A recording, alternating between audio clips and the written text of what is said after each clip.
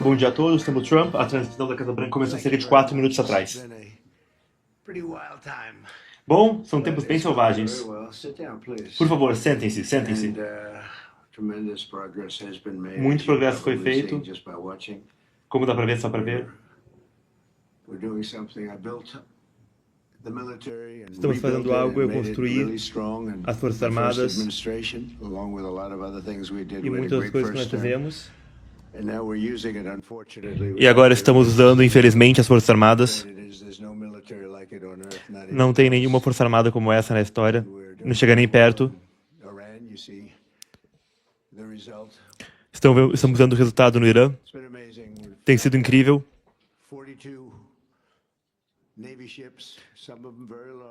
42 navios da Marinha afundados, alguns deles bem grandes, foi o fim da Marinha.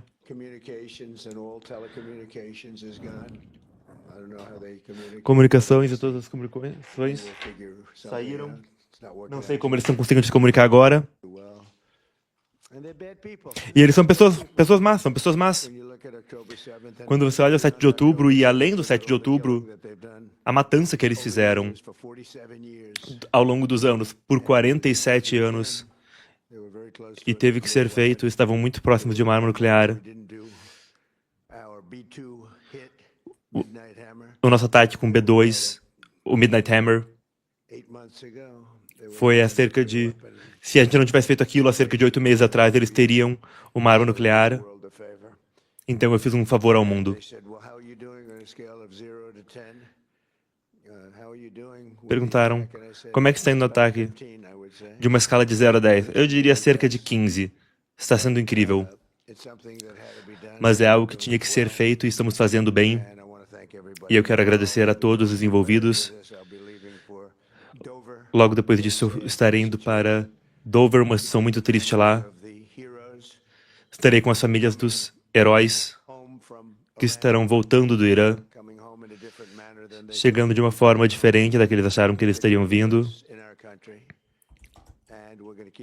Eles são grandes heróis do nosso país e vamos manter isso assim. E isso sempre acontece quando estamos em guerra. Faremos o mínimo, mas teremos o mínimo possível de baixas. E isso é parte do serviço que estamos providenciando não só para o Oriente Médio, mas para todo o mundo, porque aquela gente é doente. Essa manhã eu tenho a honra de receber os honrados convidados do hemisfério ocidental para a primeira cúpula Escudo das Américas, Shield of the Americas. É algo muito especial que o Marco tem trabalhado por muito tempo, porque é muito importante aqui para nós. É muito bom estar em casa, isso é muito importante. Em todo lugar do mundo, pessoas a milhares de quilômetros de distância. Falando para mim, qual que é a distância do voo? 19 horas. Eu falei, olha só. Vamos tentar 2 horas. Eu prefiro só 2 horas. Nesse dia histórico, estamos unidos aqui para honrar uma coalizão militar, para erradizar os cartéis criminosos que são uma praga na nossa região. E tem muitos deles, a gente estava falando no backstage, e estavam me contando os cartéis, a gente está arrasando com eles, e a gente pode ir mais pesado, nós vamos ir mais pesado contra os cartéis. Tem os barcos vindo, e bastante gente vindo de barco para cá, e drogas vindo pelo mar, drogas vindo pela fronteira, desceram 96%. E a gente está tentando descobrir quais são esses outros 4%, porque eles são ou as pessoas mais valentes do mundo, ou eles não assistem televisão. Mas a gente está chamando essa coalizão militar de Coalizão das Américas contra cartéis. E é isso que precisamos. Mais cedo esta semana, aqui em Miami, o secretário de guerra, Pete Hegseth. Pete, você está fazendo um trabalho fantástico. E representantes de 17 países diferentes que participarão desta nova aliança.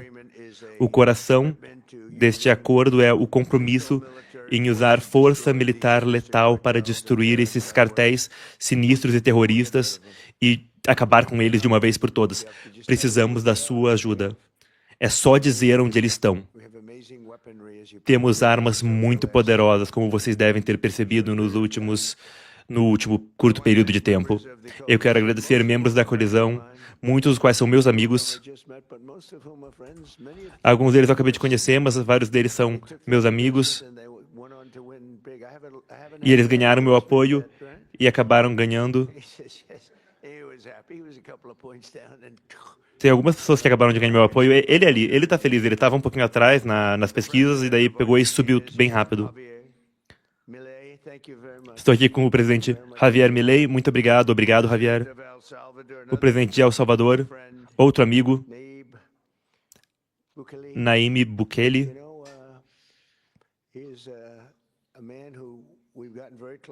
Ele é um homem que nós nos tornamos muito próximos. Ele era um jovem no meu primeiro mandato. Ele era jovem e muito bonito. Agora ele é um pouquinho mais velho, mas ainda bonito. Agora é um senhor bonito, não é mais um jovem bonito. Quando eu vi ele, eu falei, nossa, ele é jovem demais. E depois que eu vi o trabalho que ele fez, eu falei, bom, ele não é jovem demais. Porque eu era jovem também e fui muito bem. Ele é um ótimo presidente, temos uma ótima relação. O presidente do Paraguai, Santiago Peña, muito obrigado. Obrigado, muito obrigado. Presidente do Equador, Daniel Noboa. Daniel, muito obrigado. O presidente do Panamá. Eu adoro o canal do Panamá. Todo mundo na sala ri, risadas altas na sala. Acho que fizeram o maior acordo da história. Um presidente brilhante. Eu perdi o sono por causa daquele acordo. José Raul, Molino, cadê? Você fez um dos melhores acordos imobiliários da história. Jimmy Carter, um dos nossos grandes presidentes. Presidente de Honduras, Tito Escora, muito obrigado. Obrigado. Muito bom te ver. Foi bom te ver no outro dia. Presidente da Guiana, Ilfon Ali. Presidente da Bolívia, Rodrigo Paz. Obrigado. Muito obrigado. Ótimas pessoas. Primeiro-ministro de Trinidade e Tobago. Eu tenho que ser muito cuidadoso com isso. Porque você sabe, o seu primeiro nome que parece muito com Kamala em vez de Kamala. Eu prefiro Kamala, esse cara aqui. E eu quero muito obrigado. Mas tem que tomar cuidado com o primeiro nome. Eu não queria misturar os dois porque ia acabar com a sua reputação. O pessoal solta uns aplausos, dá umas risadas na sala. Falaram, nossa, mas parece quase igual a Kamala. É Cam, né? Não é Cam, é Cam. Presidente da Costa Rica, Rodrigo Chaves. E presidente eleita da Costa Rica, Laura Fernandes Delgado. Muito obrigado. E o presidente da República Dominicana, Luiz Abinader. E muitos meus amigos estão na República Dominicana, incluído o rei do açúcar, o Sugar King. Ele tem muito açúcar. Não sei se é bom ou ruim, mas tem bastante. Somos gratos de ter também o presidente eleito do Chile, José Cast. Parabéns. Eu dei um apoio, apoiei isso aí. Eu adoro quando eu apoio as pessoas e elas vencem. Elas não perdem, sabe? Eu acho que seria legal. Gastam milhões e milhões e milhões de dólares em uma campanha. E daí estão perdendo. E daí eles me imploram por um apoio. E daí eu dou apoio e eles sobem 30 pontos na pesquisa. E eu não ganho nada. Tem o pessoal do jurídico aqui? Tem alguma coisa que a gente possa... Tem algum jeito de pagar por isso? Porque eles gastam milhões. E eu dou de graça. Até se eu colocasse no Tesouro dos Estados Unidos. E daí o Marco está dizendo ali, ó, má ideia. Mas é uma honra fazer. É uma honra ter o poder onde eu posso apoiar alguém e fazer isso nesses países. Tínhamos, e agora teve alguém aqui dentro que eu estava dando apoio e ele subiu muito nas pesquisas, e agora a gente faz os outros países também. Eu só faço se eu acho que as pessoas são boas. Se eu acho que a pessoa não é boa, eu recuso. Várias pessoas são recusadas. Eu quero agradecer o secretário de Estado, Marco Rubio, por sua liderança em organizar esta cúpula muito importante. Ele é... Aplausos na sala para Marco Rubio. Ele é um incrível secretário de Estado. E até agora, tivemos o ano mais incrível, eu acho, de qualquer presidente. A gente não vai a fundo nisso, mas o que nós fizemos, nós faremos muitas coisas incríveis juntos. Porque eu olho na nossa região, se eu puder chamar disso, essa região foi abandonada pelos Estados Unidos por muitos anos. E vários países aqui tiveram que ir para bem longe, lugares que nem queriam eles. E muitas pessoas... E tinha muitas pessoas burras envolvidas nisso. Mas o Marco, eu acho que ele é o melhor secretário de Estado da história. Essa é a minha opinião. E tem algum viés porque eu gosto dele também, mas ele está indo muito bem. Ele já fez... Já passou só 25%, porque tem mais 3 anos. Então, só esse pouquinho que ele já fez, já foi muito bem. Ótimos meses. E eu acho que o Pete também está indo muito bem. Ele também tem um bom futuro. E com todos os países nesta sala, tem as mesmas prioridades de segurança, prosperidade, economias livres e a prevalência da lei e da ordem. Muitas economias não têm isso porque tem algumas comunidades difíceis. Também estaremos formando a Organização Escudo da América para avançar as prioridades do hemisfério. E eu tenho o prazer de estar aqui também com os secretários Pete Hegseth, Scott Bessent, secretário do Tesouro Scott Bessent, muito obrigado. Ele controla a carteira do país. E ele vai na televisão e ele só acalma todo mundo. Ele fez no outro dia. Ele é uma pessoa muito que acalma, muito pacifista. Ele pacifica as pessoas. Na verdade, ele é um matador feroz por trás. Vocês não veem.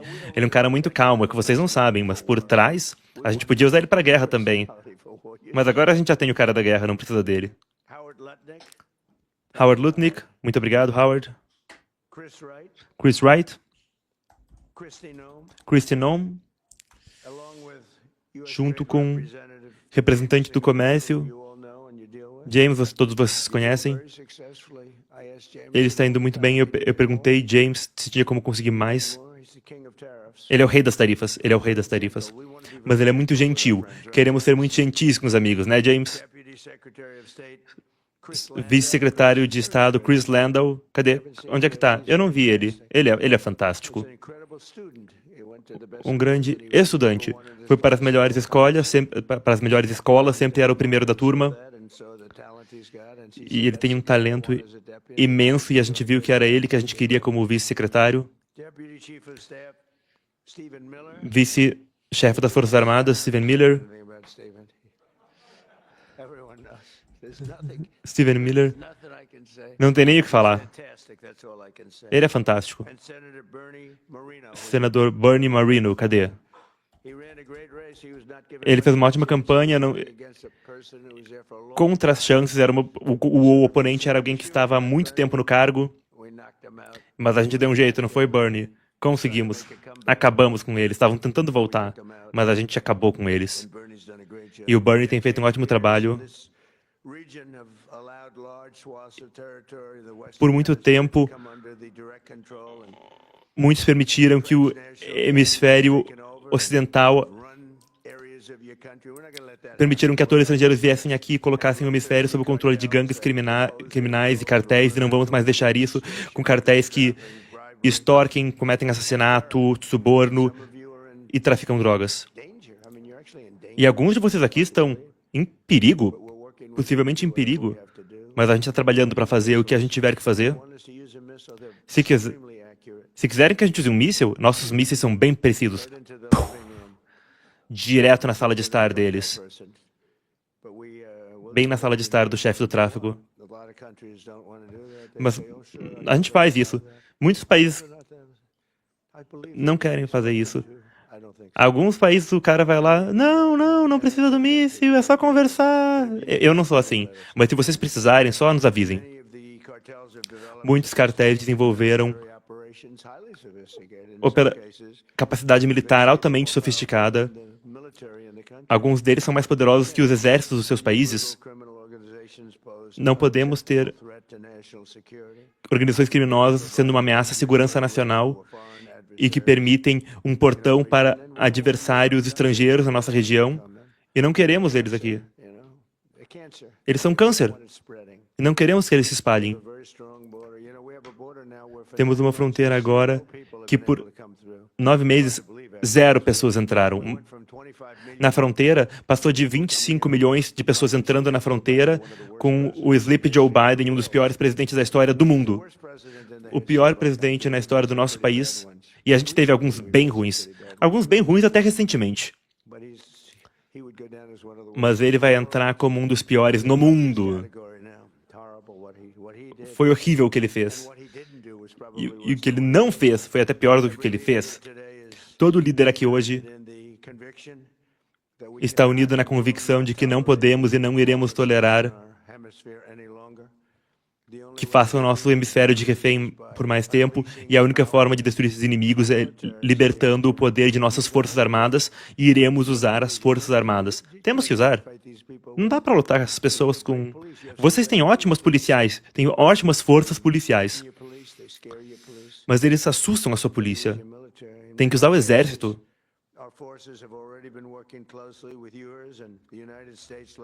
Muitos já têm trabalhado muito proximamente conosco e nós estamos ansiosos em expandir a cooperação no hemisfério. É muito bom ter tantos de vocês aqui. Eu adoraria ir aos países de vocês em algum ponto e trabalhar junto. Eu olho todos esses países. Todo mundo acha que o seu país é o melhor. Pergunta para mim. O Chile, como é que o Chile está indo? Bem, ele gosta do Chile. Tem uma língua. Ele tem uma vantagem linguística sobre mim. Porque eu não vou aprender as línguas de vocês. Mas de jeito nenhum. Eu não vou aprender línguas novas. Só me dá um bom intérprete. Intérprete. Muito importante. Eu sei se alguém é bom. Eu não falo a língua de vocês. Mas eu tive um intérprete recentemente que não era bom, falando com uma pessoa muito forte de outra parte do mundo, e dava para ver, eu sabia. Apesar de eu não falar a língua, dava para ver que o intérprete não era bom. Quando vai...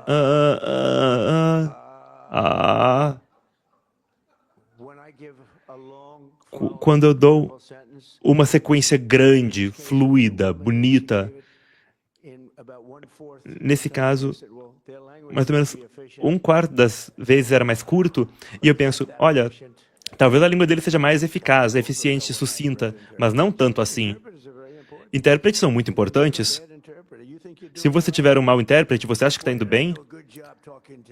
Por exemplo, você sai...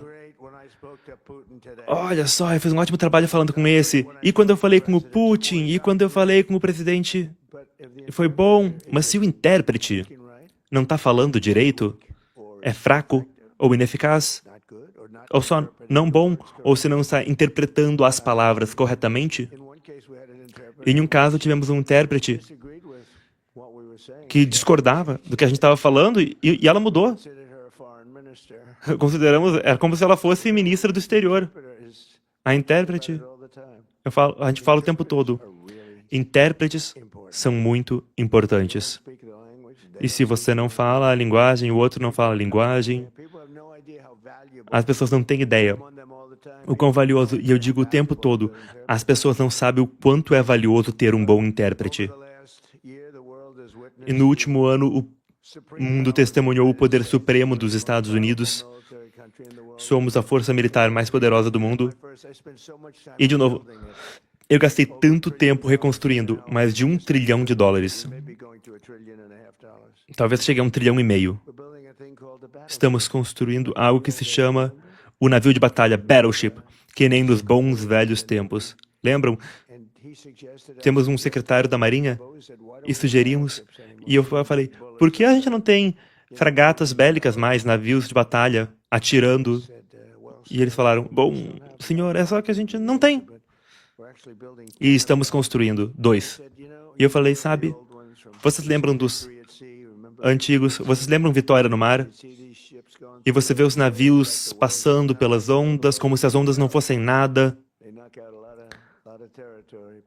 Eles passam por muito território. E você vê essas peças de arte incríveis, lindas. Os navios de batalha mais incríveis dos anos 40, da década de 1940. E eu falei, e se a gente trouxesse de volta? Tem alguns no museu? E se tivesse isso de novo? Falaram, um navio novo é 100 vezes mais poderoso do que aqueles que a gente via antes. 100 vezes. E o Trump falou, certeza que não é 90 vezes? 100 vezes mais poderoso. Estamos construindo 10 deles. Não para usar, a gente não planeja usar, mas tendo eles, ninguém vai ficar de gracinha. Vamos falar, ele é muito... o Trump é muito militarista. Eu sou o que acabou com as guerras. Eu sou o que termina as guerras. E vocês vão entender isso. O ódio entre o Putin e o Zelensky é tão grande. É muito grande o ódio que, sabe, a Ucrânia, a Rússia, você acharia que haveria alguma camaradagem ali? Não tem nada. É muito difícil chegar a algum lugar ali. Então vamos ver o que acontece. Estivemos quase acabando a guerra várias vezes e um ou outro ia dar para trás.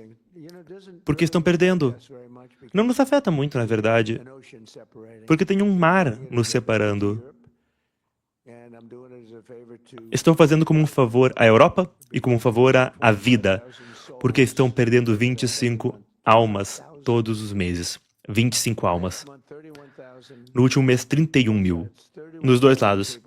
31 mil pessoas morreram, principalmente soldados. Então, eu tenho uma habilidade de resolver isso, de unir as pessoas, e fiz um ótimo trabalho com tantas delas. Índia e Paquistão, aquilo ia ser um desastre. E aquilo estava fervendo por vários dias. E resolvemos tudo com tarifas e comércio. E foi ótimo, foi incrível. Algumas guerras de 32, 34, 37 anos, e acabamos com elas. E o ódio é algo muito interessante, incrível. Tem muito ódio entre as pessoas. Estamos formando a coalizão para erradicar também a ISIS no Oriente Médio. Como fizemos com a ISIS no Oriente Médio, vamos fazer isso para os terroristas domésticos. Como erradicamos a ISIS? Há alguns 4 anos teve uma eleição fraudada, vocês devem ter lido a respeito. E eu estava preparando a minha volta. Falaram, o retorno de Trump. Eu não achei que era um retorno, porque tinha muita gente do meu lado. Não parecia um retorno. Porque eu fiz todo o possível nos 4 anos. E tinha muitos políticos corruptos fazendo todo o possível. Muitos políticos corruptos, fazendo todo o possível para que eu não pudesse voltar. E eu aprendi o que vocês sofrem. Como vocês sofrem com o crime na região. Vamos voltar e vamos acabar com o crime. E vamos fazer... Podemos fazer... É bem fácil para nós. Podemos fazer fácil. E junto com o comprometimento de acabar com cartéis na nossa região, precisamos reconhecer o epicentro da violência entre cartéis, o México. Os cartéis mexicanos estão orquestrando muito da matança e do caos que está acontecendo nos Estados Unidos e faremos o necessário para defender nossa segurança nacional e garantir a segurança do povo americano. Tudo vem do México. E eu gosto da presidente do México. Ela é uma boa pessoa, linda voz, uma linda mulher, voz muito bonita. Presidente, presidente, presidente. Eu falei, deixa eu erradicar os cartéis. Ela falou, não, não, não, por favor. Temos que erradicar eles. Temos que acabar com a raça deles. Porque eles estão dominando o país. Os cartéis que estão governando o México. E não dá para ser assim. Não pode ser assim. É perto demais de nós e é perto demais de vocês aqui. Tudo está no México. E ao mesmo tempo, precisamos redobrar nosso comprometimento em garantir a ordem nos nossos próprios países. E isso inclui a atividade de gangues. Tem muita atividade de gangues na Venezuela. Desenvolvemos um ótimo relacionamento com a presidente da Venezuela. Essas pessoas selvagens que matam e estupram com impunidade têm que ser removidas das sociedades. E temos que permitir que os sistemas de justiça corruptos impedir que sistemas de justiça corruptos parem de proteger esses animais. E essa é uma região que tem esses problemas que outras regiões não têm. Outras regiões têm outros problemas, mas não esse problema. Nos Estados Unidos, nós conseguimos a maior queda em taxa de homicídios na história registrada. A menor em 125 anos. Nós tiramos muita gente, mas tinha gente que tinha entrado com as políticas do Obama e do Biden. O Barack Hussein Obama, presidente horrível, péssimo presidente.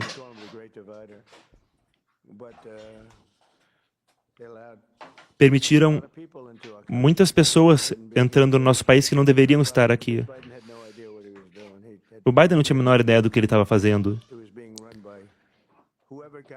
O país estava sendo administrado por, sei lá, quem que estava segurando aquela caneta automática que eles usavam para assinar. Era outra pessoa, não era o Biden. Pelo menos 25 milhões de pessoas entraram no nosso país.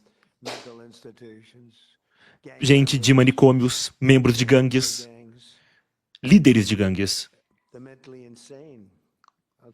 Pessoas com insanidade mental. Pessoas que vieram de asilos, manicômios, instituições mentais. A política de fronteiras abertas foi feita e a gente passou da pior fronteira, menos protegida de todas, para a mais protegida de todas. Ela é muito bem protegida e estamos garantindo a segurança na fronteira. Estamos reduzindo o fentanil que entra pela fronteira em 67%. E isso só no primeiro ano. Só no primeiro ano vai melhorar. 67%, que é um número inimaginável. Falam, nossa, se você puder fazer 2%, 12%, mas fizemos 67%. Tivemos 11.188 assassinos que entraram no país com essa política ridícula de fronteiras abertas. Também estamos trabalhando para parar o tráfico humano e para ter acordos internacionais para isso. Em janeiro, as Forças Armadas dos Estados Unidos acabaram o reinado de terror de um dos maiores reis do tráfico da América Latina, o ditador Nicolás Maduro. Trouxemos ele à justiça com uma operação de precisão como nunca se viu antes. Era um forte militar muito poderoso e os Estados Unidos entraram e acabaram com eles. As pessoas não podiam acreditar. A gente foi direto ao coração e acabou com tudo. E não foi muito limpinho. Foi bem intenso. 18 horas de pura violência. E não perdemos ninguém. Nem um soldado. Nenhum avião. Nenhum equipamento militar. Não perdemos nada. E atacamos uma base militar e não perdemos nada. Desde aquela operação, temos trabalhado em muita proximidade com a nova presidente da Venezuela, Delcy Rodrigues, que tem feito um ótimo trabalho, trabalhando conosco, e está fazendo um novo... Se ela não estivesse cooperando, trabalhando bem conosco, se não estivesse trabalhando conosco, eu não diria que ela está fazendo um ótimo trabalho. Se ela não cooperasse, eu diria que não é aceitável, que é um péssimo trabalho, mas ela está fazendo um ótimo trabalho. E trabalhando muito bem com o Marco também.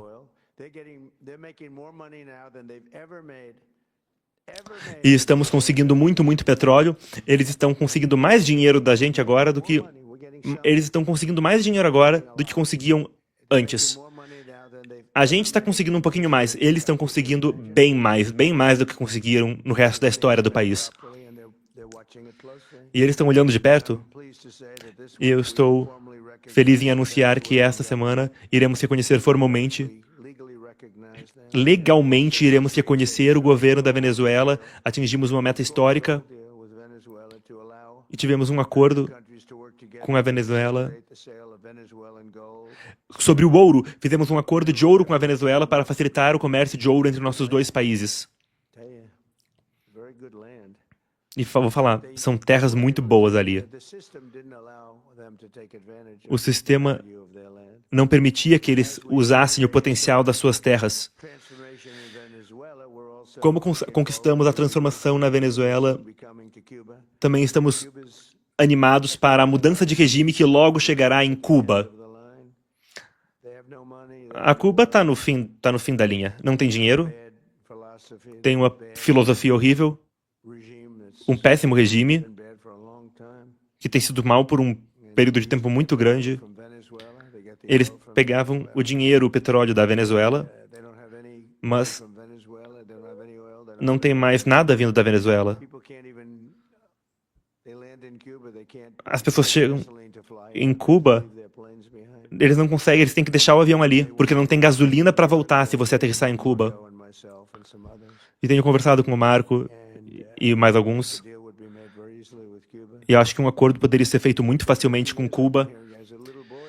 E por 50 anos, desde que eu era jovem, eu escutava de Cuba. Cuba é um desastre. Ela está nos seus suspiros finais. Ela terá uma ótima nova vida, mas ela está no final da vida que ela tem agora. E o nosso foco agora é o Irã. Porém, nosso foco agora é o Irã. E aí eu falo, Marco, você não vai querer tirar uns 2 dias de folga, 1 hora? E ele fala, não, ele vai querer talvez 1 hora de folga, porque ele está trabalhando em Cuba. E temos feito isso por toda a região. Vários de vocês que vieram aqui queriam que eu resolvesse a situação de Cuba porque vocês tiveram problemas com Cuba. 4 de vocês disseram. 4 de vocês falaram para mim, Trump, faz um favor, dá um jeito em Cuba. Eu vou dar um jeito em Cuba, não se preocupem.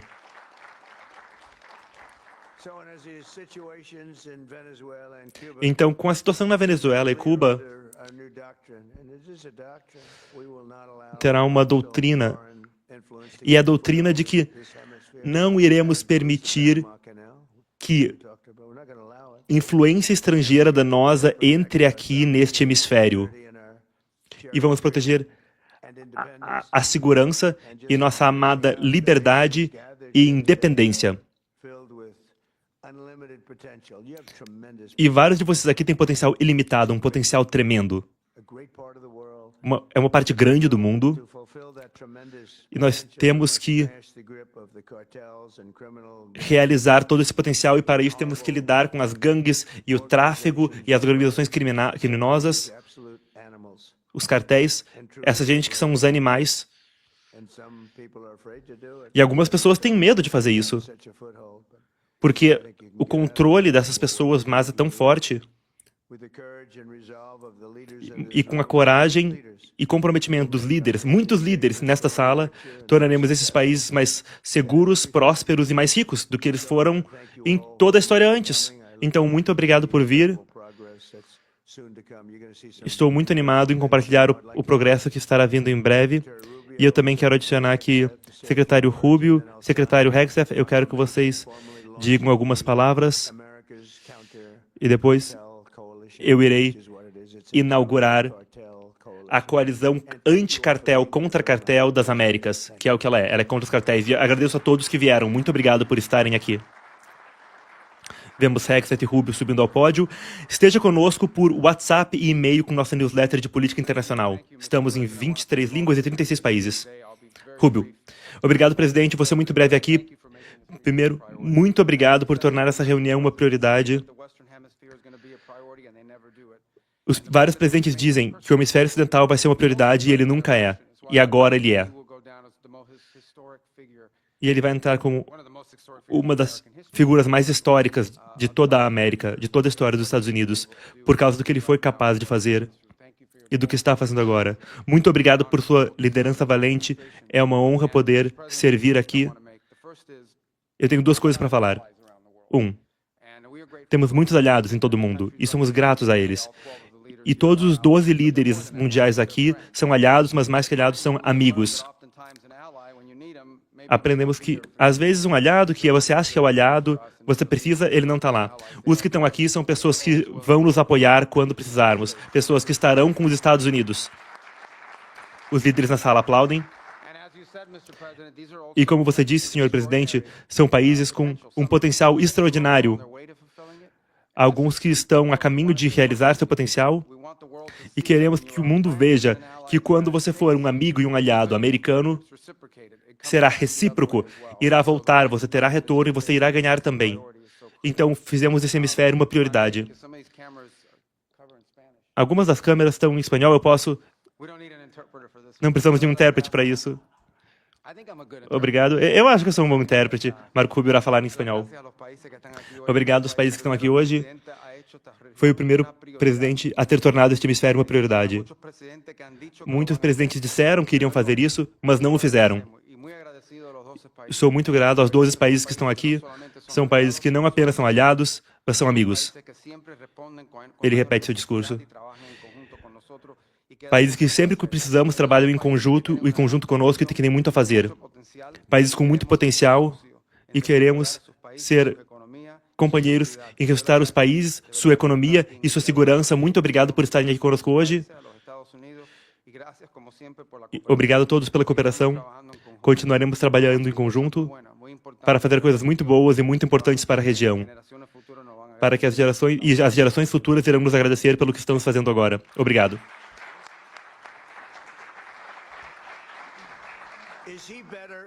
Trump.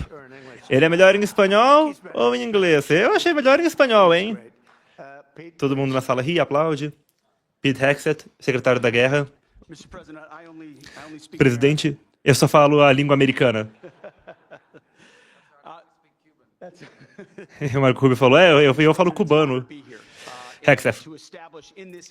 É uma honra estar aqui, presidente, e estabelecer neste hemisfério paz através da força.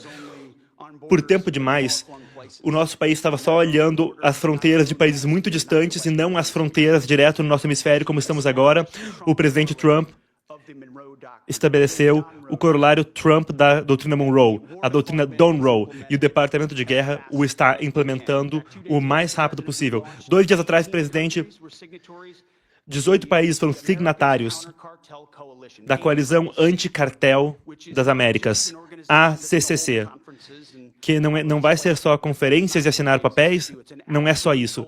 É uma coalizão para ação, para países que irão realizar suas capacidades com a liderança dos Estados Unidos para garantir que ataquemos e acabemos com esse desafio de cartéis de drogas, que acabou sendo o normal em vários países.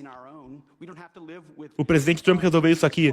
Não temos mais que viver com comunidades cheias de drogas e controladas pelo tráfico e gangues. Podemos fechar a fronteira e temos que fazer isso para os nossos cidadãos. Mas dividimos um hemisfério e fronteiras e uma civilização cristã, e isso é uma herança compartilhada e nós temos que defender. E faremos com a energia do nosso país, que colocou este norte na bússola, e cooperaremos com todos eles e mais outros que não estão aqui. E usaremos nossos ativos e nossas capacidades, inteligência e a liderança americana para ir na ofensiva contra o tráfico e cartéis de drogas, seja os barcos ou seja por terra. A coalizão anticartel das Américas será uma força para o bem, para a paz através da força neste hemisfério, e estamos animados em trabalhar com vocês e todos os seus grandes países. Muito obrigado.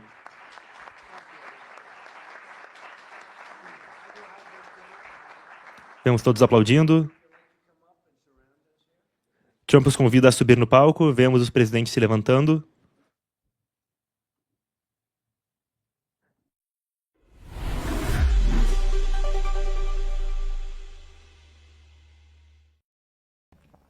Muito bem, então, bom dia a todos. O presidente americano Donald Trump entrou até antes do esperado, marcado para meio-dia, entrou aí 11h45. Nós acabamos de acompanhar, então, a cúpula Escudo das Américas, com 12 líderes sendo recebidos pelo presidente americano de forma notória.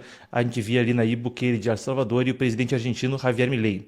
Para você que é novo no canal, estamos com 12 mil pessoas assistindo. Convido todos vocês a se inscreverem e estarem conosco. E nós vemos, então, novamente, aí, então, eles em torno de Donald Trump. Muito bem, inscreva-se no canal, parece que teremos mais transmissão. Eu sigo com vocês em instantes, então, assim que eu tiver as imagens vindas da Casa Branca. Seguiremos com a tradução assim que eu estiver no ponto. Até um parabéns ao Bernardo que está dividindo a tradução comigo hoje. Obrigado, então, ao colega. Muito bem, não teremos mais tradução, a gente tem apenas então as imagens sendo repetidas de anteriormente, conforme os líderes se juntam a Donald Trump. A transmissão ao vivo foi encerrada pela Casa Branca. Muito bem, eu sigo com vocês então, desdobrando detalhes, sigo com o convite, convido todos a estarem conosco então também, se inscrevendo no canal, rumo aos 500 mil inscritos. Se todo mundo que estiver aqui se inscrever, você que gostou dessa transmissão, quer acompanhar mais transmissões com tradução simultânea, cobertura especial, pré, ao vivo e pós, em um canal que vai te conectar ao mundo e à história, com a credibilidade de uma mídia internacional presente em 23 países e 36 idiomas, seja bem-vindo ao Epoch Times Brasil, a filial brasileira do jornal Epoch Times, o quinto maior por volume de assinantes dos Estados Unidos. Se inscrevendo aqui, você acompanha também noticiários, além de coberturas especiais como essa. Eu sigo dando para você detalhes então. São 12 países, principalmente de aliados de Donald Trump, que estão à frente deles, notoriamente a Argentina, com Javier Milei, Santiago Peña do Paraguai estava lá, Nayib Bukele de El Salvador e outros líderes. Notoriamente isso acontece depois de uma operação em larga escala agora sendo empreendida pelo exército americano junto ao governo do Equador contra os cartéis, junto ao presidente Daniel Noboa, então do Equador, que também estava por ali. Isso é um desenho que tem um quê de combate aos cartéis, mas também tem um quê geopolítico. Conforme a gente fala sobre influência entre os Estados Unidos e China sendo disputada na América Latina, a gente fala de um cenário onde Trump deve visitar a China em abril e faz essa reunião logo antes. É esperado que ele se reúna com Lula depois, ainda esse mês, em março. Entretanto, o presidente brasileiro estava notoriamente ausente. Não só ele, mas outros líderes de países que têm um papel-chave em termos de, cartéis e América Latina. Se a gente pensa em prevenção e combate aos cartéis, a gente tem que falar de México, Colômbia e Brasil. 3 países que estavam então ausentes nessa cúpula, conforme os líderes mais próximos de Donald Trump foram quem foram chamados. Também é interessante que isso acontece conforme tem uma reviravolta interna ali quanto à imigração. A pessoa que vai liderar essa iniciativa Escudo das Américas, uma coalizão para combate ao narcotráfico e também, de certa forma, a oposição à influência chinesa no continente, é a Kristi Noem, ela que ficava à frente do Departamento de Segurança Interna dos Estados Unidos, o Homeland Security. O Departamento de Segurança Interna, de forma notória, é o departamento que fica à frente da ICE, a polícia migratória que acabou causando tantas manchetes em tempos recentes ao longo dessa administração Trump. Kristi Noem está fora da pasta, não é mais ministra da Segurança Interna, não é mais secretária no Homeland Security, ela estará então encabeçando esses esforços. E fica no horizonte a possibilidade mesmo de mais militares americanos no hemisfério. Se a gente viu no Caribe as operações que envolveram a Venezuela e os barcos, os narcobarcos, então, saindo da Venezuela, passando também por Colômbia, tanto no Pacífico quanto no Atlântico, houve ataques. A gente fala agora sobre as operações envolvendo o Equador e Santiago Peña, do Paraguai. Já há, então, aprovação no Paraguai pelo Senado do Paraguai para que haja tropas americanas no solo. Enquanto as tropas americanas ainda não estão em curso para lá, o que foi acordado foi um acordo do status de forças, que dá a estrutura jurídica de como é que funciona uma vez que as tropas estejam por ali. Isso é parte, claro, se falou ali da doutrina Monroe, está fazendo uma referência à doutrina Monroe, lá atrás, estabelecida em 1823 pelo presidente James Monroe e o diplomata John Quincy Adams. Naquela época, essa doutrina era estabelecida com o slogan América para os americanos. E era dito que os Estados Unidos reconheceriam a independência de países como o Brasil. A doutrina de 1823, o Brasil teve a independência em 1822. Era dito então que se reconheceria que os Estados Unidos reconheceriam essas independências e não considerariam esses países como províncias rebeldes de países europeus. Depois, houve uma série de alterações a isso, uma série de interpretações diferentes. De forma notória, quando Trump fala de uma corolária Trump à doutrina Monroe, ele está fazendo uma referência ao presidente Teddy Roosevelt, que entre o século XIX e o século XX estabeleceu a corolária Roosevelt à doutrina Monroe. E quando se fala sobre as Américas serem um lugar de interesse privilegiado dos Estados Unidos comparativamente a outras potências, isso vem muito daquela corolária Roosevelt. Quando Trump estabelece a corolária Trump à doutrina Monroe e faz até a brincadeira de doutrina Donroe, que Don é apelido de Donald, o primeiro nome do presidente americano, ele está se referindo a isso. E, de fato, passa-se por um momento onde, ao longo de 2 décadas, os Estados Unidos viu a China se colocar como o principal parceiro comercial de quase todos os países na região, à exceção talvez de México e Colômbia. Mas fora esses dois, em 2009, o Brasil se tornou, com a entrada da China na Organização Mundial do Comércio, a gente viu essa alteração, que também colocou influência chinesa em áreas como infraestrutura, investimento, telecomunicações. E hoje, companhias que são consideradas pelos Estados Unidos como parte do aparato militar chinês, vamos citar algumas, Costco Shipping e a Huawei, que faz até o 4G e o 5G aqui no Brasil, são empresas, então, que são muito hostis da perspectiva americana e, de fato, existem preocupações legítimas de segurança nacional, até quando se fala de telecomunicações, né? As leis de 2017, 2021 e 2023 de segurança cibernética do Partido Comunista da China obrigam qualquer empresa, incluindo a Huawei, que lida com os dados em uma série de países, incluindo o Brasil, a dar esses dados para o Partido Comunista se for pedido pelo Politburo. A Huawei já falou que não faria isso, mas não tem escolha, é a lei chinesa. E por aí vai. Costco Shipping também, quando a gente fala de portos, por exemplo, o porto de Xangai, no Peru, onde a gente está discutindo uma situação na qual essa empresa, considerada parte do aparato militar chinês pelos Estados Unidos, tem direito de controle exclusivo sobre uma série de funções de um porto-chave para o despacho de comida e aço para a China. A gente começa a ver como as peças no tabuleiro geopolítico estão profundamente envolvidas nisso. E claro que essa cúpula, enquanto fala dos cartéis, também fala sobre opor influência chinesa. Muito bem, a gente tem aí alguns dos detalhes. Se você está gostando desse tipo de análise, comentário e informação, de segunda a quinta-feira eu estou com você aqui no programa Epoch News e às sextas-feiras, às 5 da tarde, no Conversa Epoch, a gente também discute isso em tom descontraído. E você que não quer perder nada do jornalismo internacional, Daniel, chama o Squeeze. A gente está com O Panorama. Esse é um newsletter de geopolítica que vai de segunda a sexta-feira na sua caixa de entrada e por ali você vai estar em contato então com o mundo e a história. O link está aqui embaixo na descrição, está no chat ao vivo e para você que está na televisão é por esse código QR aqui embaixo.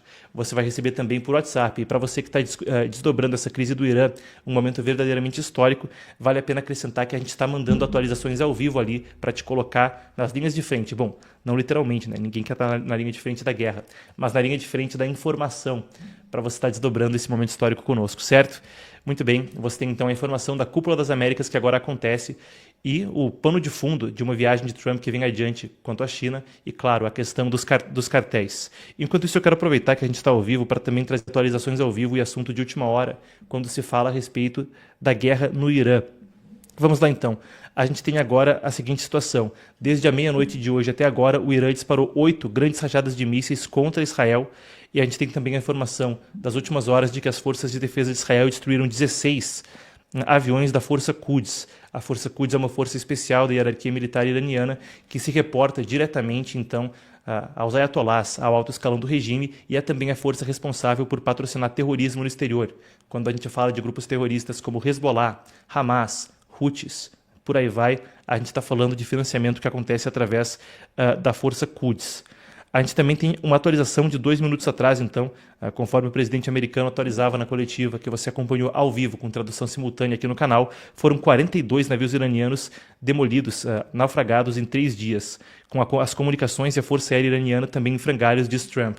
42 navios, então. A gente falava até sexta-feira, quinta-feira, de 30 navios, agora já se fala de 42, com a marinha iraniana sendo amplamente inutilizada.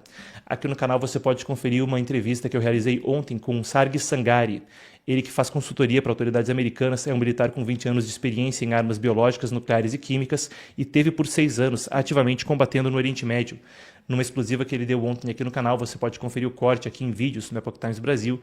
Sargis falava a respeito do assunto, dizendo que inutilizar a marinha iraniana era chave para que, eventualmente, a marinha americana pudesse fazer escolta de navios pelo Estreito de Hormuz. A gente vê uma crise no preço da energia, no preço do petróleo globalmente, conforme Está em guerra uma zona por onde transita 20% do petróleo do mundo, com uma estimativa da Reuters, com base em dados abertos da Marine Traffic, então que lida com rastreio de navegação internacional, que pelo menos 200 navios estão aí sem poder passar pelo Estreito de Hormuz, sem poder passar pelos gargalos então de navegação para distribuir petróleo.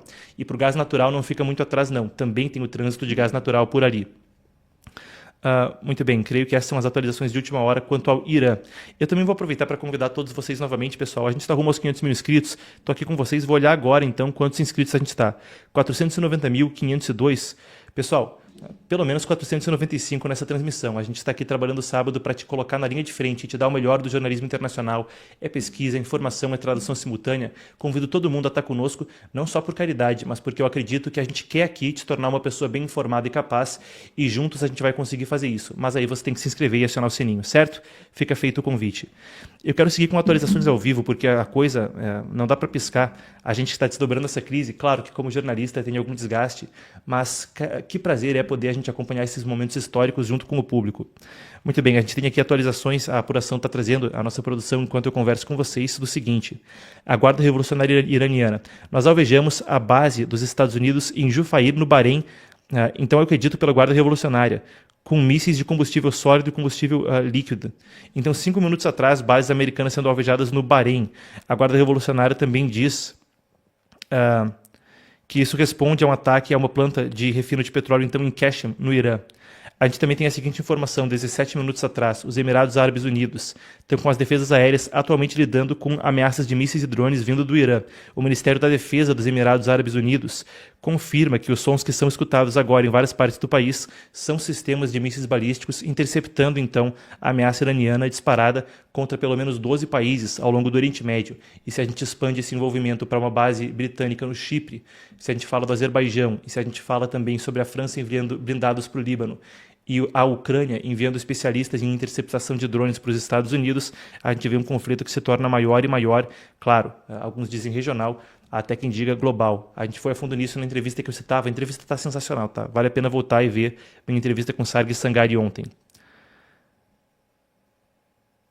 Muito bem, eu aguardo para ver se a gente vai ter mais alguma atualização ao vivo. Estou aqui com a produção em contato permanente.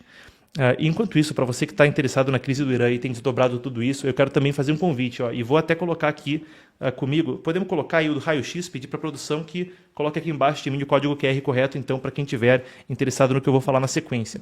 É o seguinte: para você que está acompanhando essa crise do Irã conosco e tem acompanhado o melhor do jornalismo internacional junto comigo, editor-chefe aqui e outras pessoas da nossa equipe, então eu te convido para estar comigo também a partir do dia 14 de março, onde a gente vai estar com um mini curso Raio-X, o Irã e a Guerra no Oriente Médio. A gente vai estar entrando a fundo no que está por baixo da superfície, saindo da tendência e indo para o princípio. Se parece uma região que é confusa e que afeta diretamente o preço do petróleo quando você vai abastecer, por exemplo, o tanque do carro, como entender tudo isso? Como dar sentido à coisa toda? Muito bem, vão ser 3 mega lives pelo preço de um almoço executivo entre eu e você e ainda parcelado em 12 vezes. 3 mega lives, vai ter mini documentários de material complementar e entrevista com alguns dos maiores especialistas do mundo. Não tá bom? Quer mais? Então não tem problema, porque você vai estar recebendo o infográfico Operação Fúria Épica. Então dá uma espiada aqui. Esse é um infográfico preparado pela nossa produção, um infográfico original da Epoch Times, que detalha o que é provavelmente a maior operação aérea da história. Você não recebe ele moldurado, pode moldurar como quiser, mas vai estar recebendo de brinde com frete grátis na sua casa o infográfico, que as luzes do estúdio estão pegando, né? Mas da Operação Fúria Épica, então, detalhando as primeiras 24 horas e o planejamento dessa operação.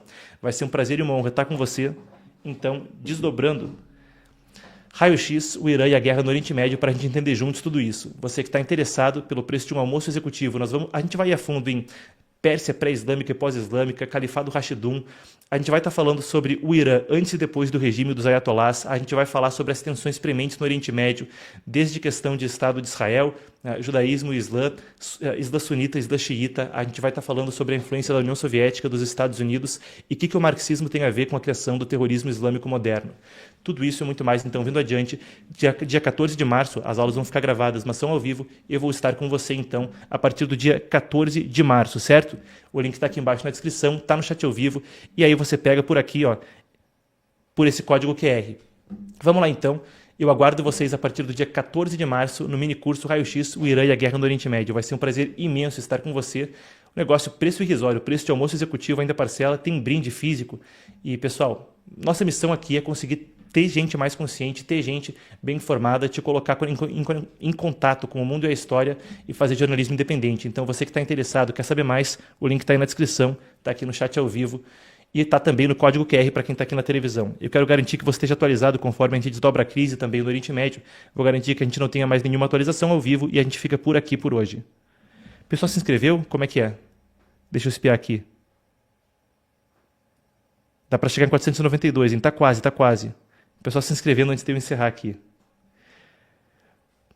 Muito bem, essas são as atualizações de último instante. A mais recente é a da guerra expandindo, então, com os ataques no Bahrein e nos Emirados Árabes Unidos. E meu muitíssimo obrigado a você que esteve conosco nessa manhã de sábado. Muito obrigado também aos colegas que estiveram apoiando a gente na apuração, na tradução. Igor Yuan, Bernardo, Frederico, Daniel, um abraço para todos vocês e um abraço para você que nos acompanha e que viabiliza tudo isso. Quem estiver entrando no curso, tá? Essa também é a melhor forma de nos apoiar e garantir que a gente possa continuar trazendo esse conteúdo todo de graça aqui no YouTube. Um ótimo final de semana para você, um ótimo dia para todos nós então. Fiquem com Deus e um abraço e até a próxima.